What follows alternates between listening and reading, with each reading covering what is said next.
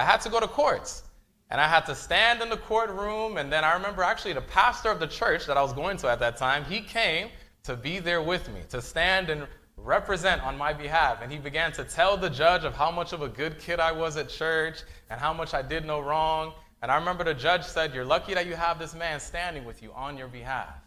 And family, this was something that I thought about as I was preparing this sermon, because when I stood in the presence of the judge, I knew that I had no power of my own to free myself of the guilt and the punishment that I deserved.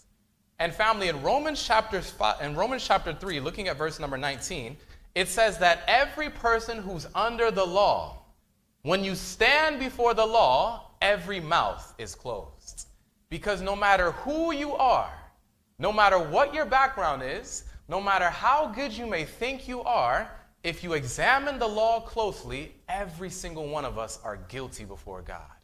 And family, I don't know if you've ever taken the time to stop and think, what will that day be like in judgment when I have to stand before God?